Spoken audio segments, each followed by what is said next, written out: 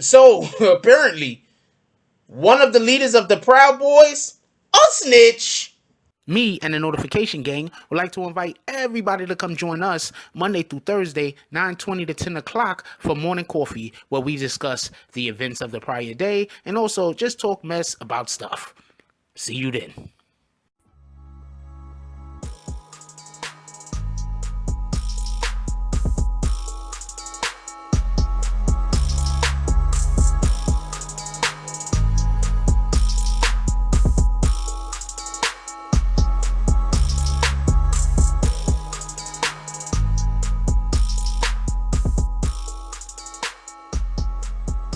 Oh, Black Dynamite, I wish it was that simple, but this is much bigger than you and me.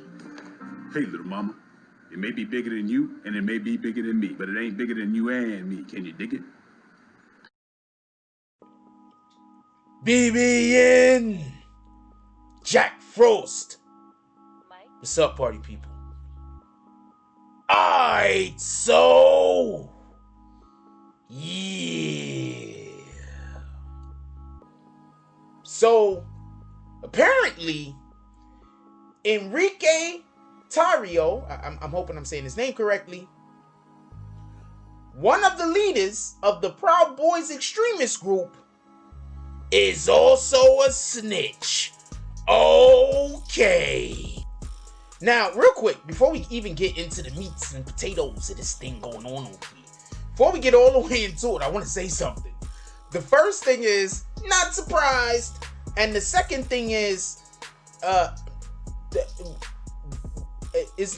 aren't most of these individuals that basically go and get involved in these type of organizations ran by people, because these organizations are ran by people who have connections to the authorities? I'm just saying, there's no way I was confused. And when I heard this, it's like, well, I'm just surprised they're not saying he was an actual agent.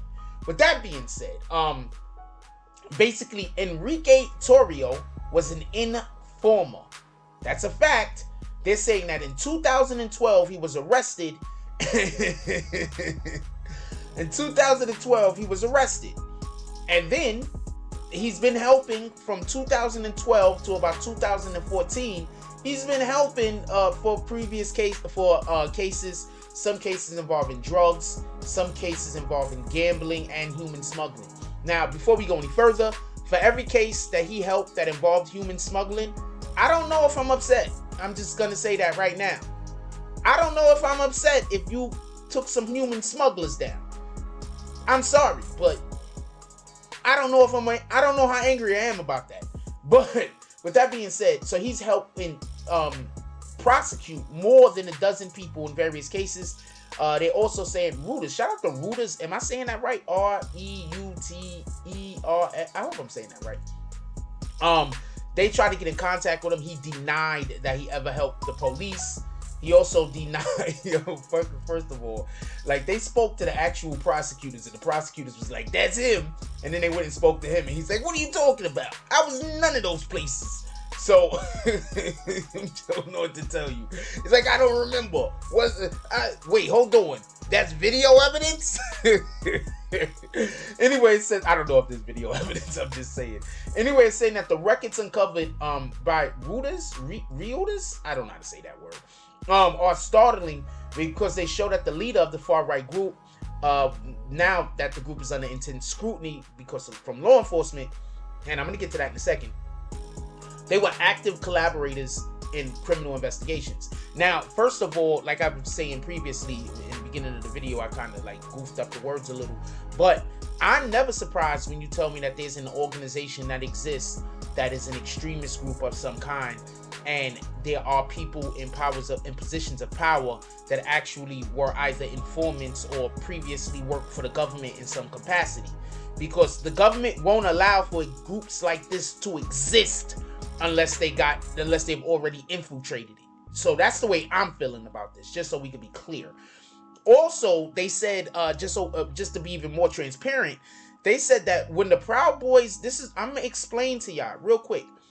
All these agencies, like Black Lives Matter, whoever you are.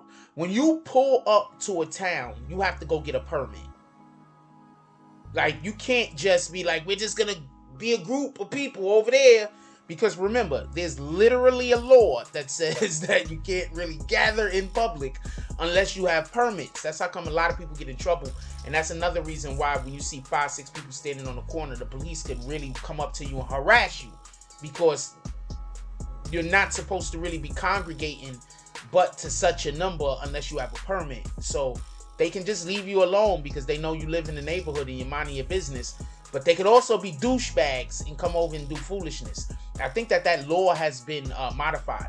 Anyway, point being is, he goes to the police every time the Proud Boys pull up to a town or a city and they're ready to do something. So he was literally the go-between. So now you know why when the police pull up on the Proud Boys, they're always cool. He's pulling up to the station 9 times out of 10, saying who he is. They're looking him up and they know he's a snitch and that he helps them.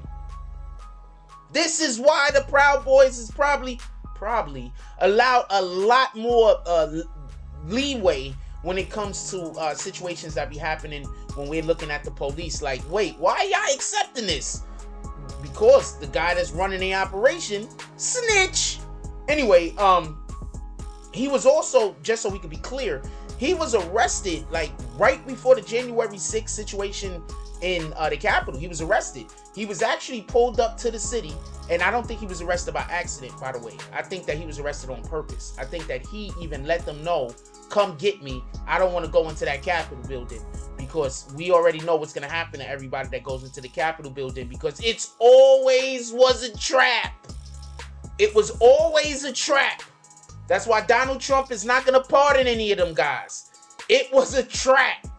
Donald Trump might beat the pardon, and if he does, the impeachment, and if he does beat the impeachment, I'm telling you, it was partly because he helped the government get the names of a lot of those individuals that pulled up into the Capitol building. But that's a whole nother conversation.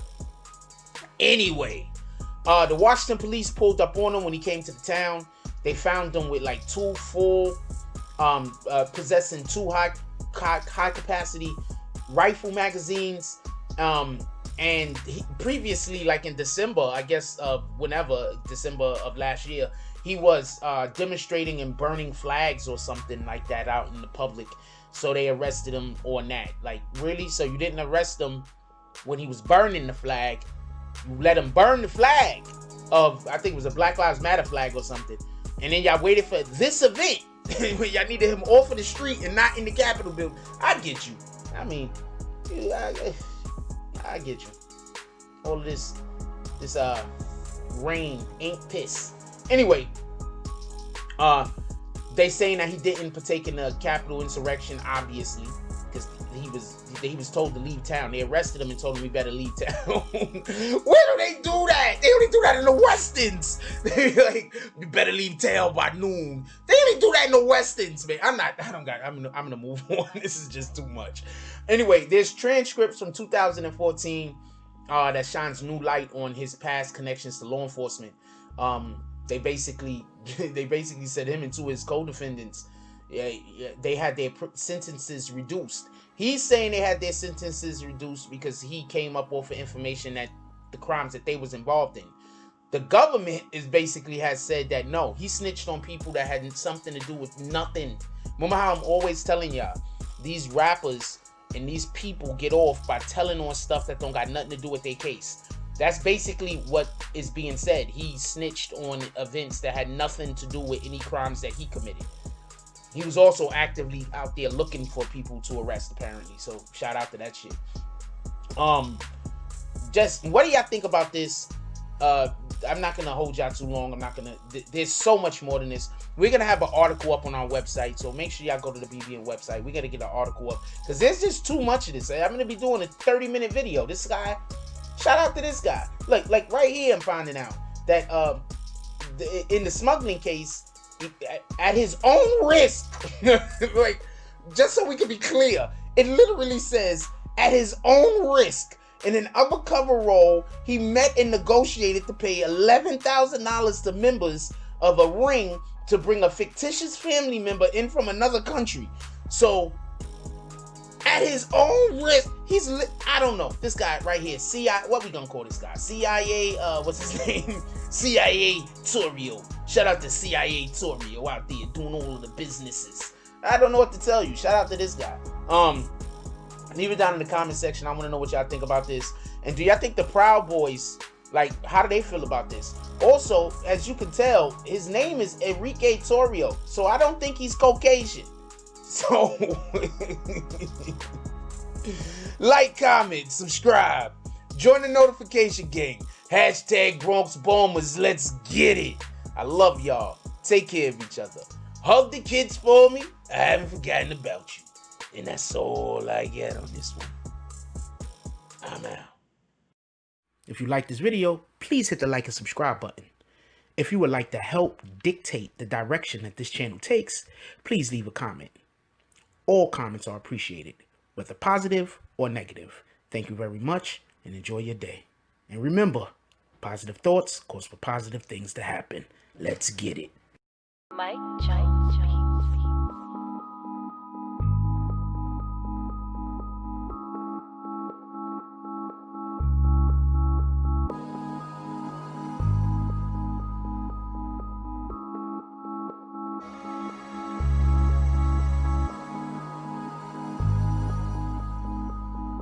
Oh, Black Dynamite, I wish it was that simple, but this is much bigger than you and me. Hey, little mama. It may be bigger than you, and it may be bigger than me, but it ain't bigger than you and me. Can you dig it?